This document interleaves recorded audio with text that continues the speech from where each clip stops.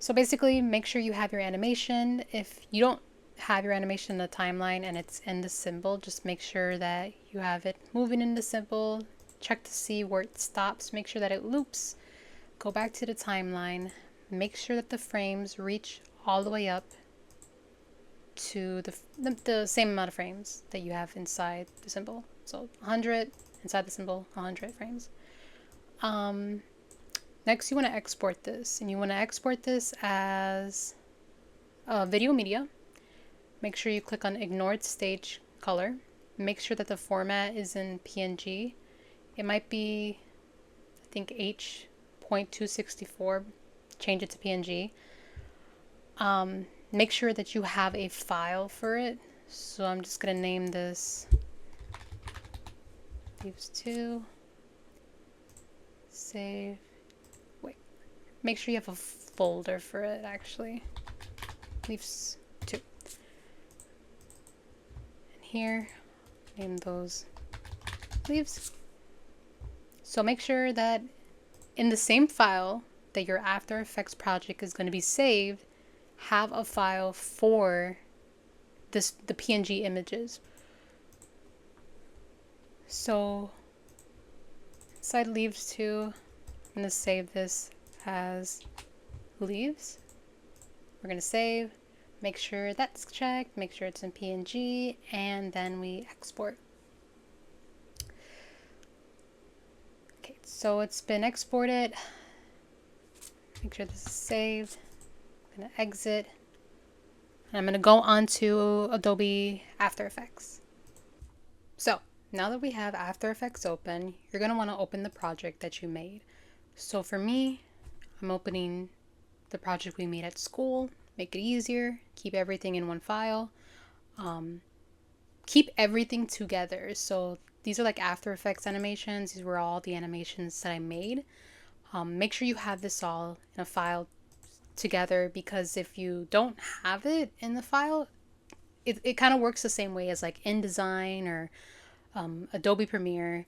According to what the teacher said, that if you lose those files or if you throw those files away, then After Effects won't be able to grab from those files and everything will just kind of collapse and there will be nothing. It'll be empty.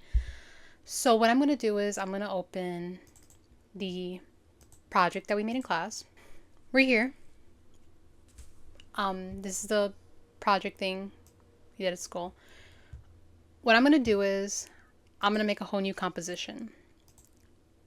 Make sure it's at 30 seconds.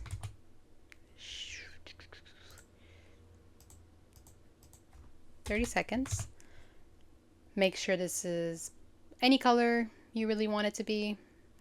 I'm going to do black. Whatever works with your images. And I'm going to press OK. So in this composition, we're going to import that animation we just made in Adobe Animate. So we'll find the file. I saved it under 205. I saved it under Leaves 2. I'm going to click this picture. Make sure this is selected, PNG sequence. They're all here. And then I'm going to import. I'm going to drag this, what I just imported, the PNG sequence, into the view point, and see, it's there. Now we have to duplicate the layers. So next what you're going to want to do is to duplicate the layers. So we're going to Control D or Command D if you're using a Mac. I'm going to duplicate a lot because this is all going to have to reach the 30-second mark. So I think that's about enough. I'm going to click Control A, or it could be Command A. Right click, go to Keyframe Assistance, click Sequence Layers, click OK, and there you have it.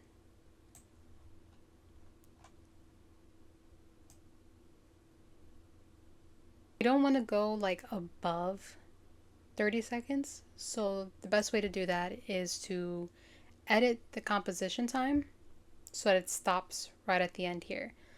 The way to figure out how much time should be edited out is by going to So this is the last frame, but you don't want to stop at the last frame. You want to stop one frame beforehand. Right here it says 29:16. It says 29 seconds and 16 frames. We're going to go to composition settings, and right here we're going to name it, we're going to put down 29 seconds and 16 frames. Okay, so it stops right there. Oops. Zoom all the way back out. So we got that situated. I'm going to save. Next, you're going to want to make a new composition, and this composition, I'm going to call it leaves 30-second loop. Keep this duration because it's taking it from this composition we just made. Say okay. This is the third composition you made. This is with the leaves. Drag it here, and it comes as full. It comes full. Depending on what you did in Animate, sometimes it might not. If it doesn't look like it looped all the way or it's looping right, it's most likely something in Animate went wrong. You probably just didn't animate the last frame to loop. If you did that, you can fix it in Animate and you have to redo everything, or you just figure out where it ends here and where it loops, but that's a whole other thing that I'm not gonna worry about too much. Next, what you want to do is you're going to duplicate these things. So I'm going to move this right here. This is my 1. This is my 2. This is my 3. So I don't get them mixed up. And then you just want to play around with it all. Just play around a bit. Let's say I want to make one really big. I'm going to turn on the keyframe. So I'm going to go to scale. I'm going to make one really big. I'm going to turn one so that it's like weird. And let's say halfway through I want it to shrink. As long as I have my keyframe on,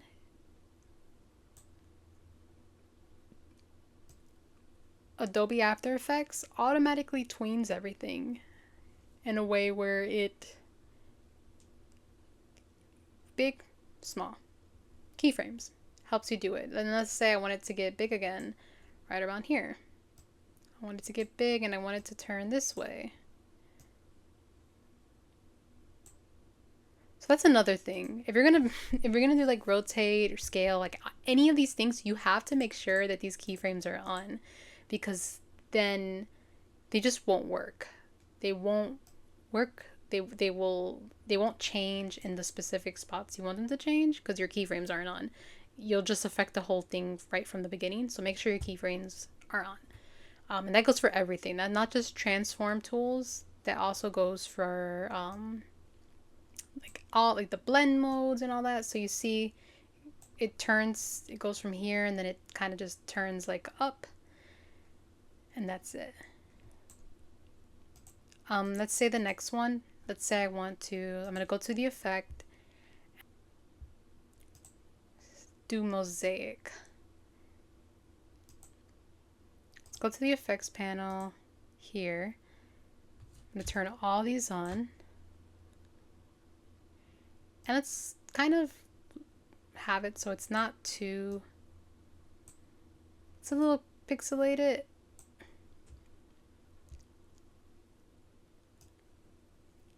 It's kind of funny. And then let's change that. Let's have it so that it goes from really pixelated to not so pixelated, and then let's make it really pixelated.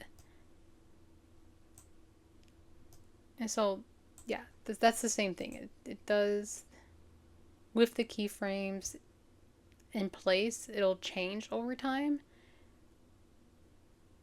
And see how it just gets really pixelated. So make sure you have your keyframes on every time, because sometimes I forget and it sucks. And let's say for the last one, I just wanted to make a channel mixer. So I go here, I go to effects, go to channel mixer. I almost did it again. Let's make sure you just have all these on. I think the quickest way to just turn them all on is by holding the shift key and hold the shift key. There you go. Hold the shift key and just press them all. Just press, hold the shift key. And let's say I wanted to change. It's like this color, and then over here it turns green, and then over here it turns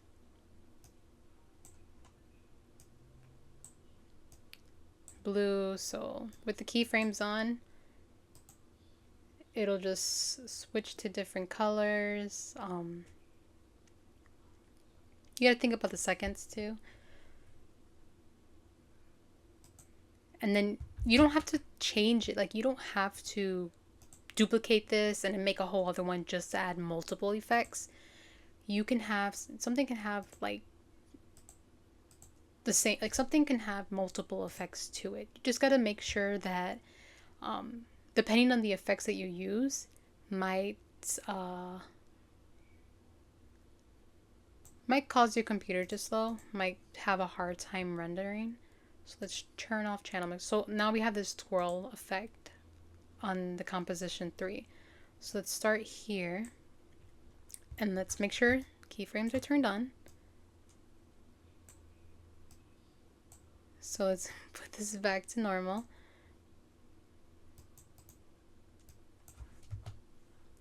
So it's gonna twirl. And let's say I wanted to go this way, and then here I want it to go like this, and then right here I want it to go like that.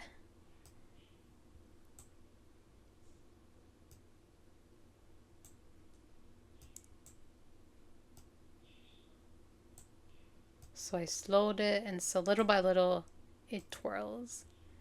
So not only does it change color, but it's also gonna twirl. So that's pretty much it.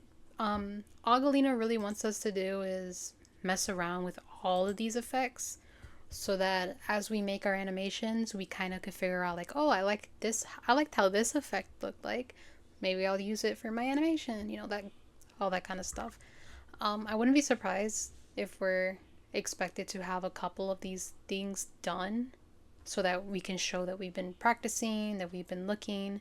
So I just recommend you just try to do as much as you can and try to like mess around with as many animations, many effects so that you can get used to it and you can figure out which ones worked for you, which ones you liked, and which ones you didn't. So that's about it.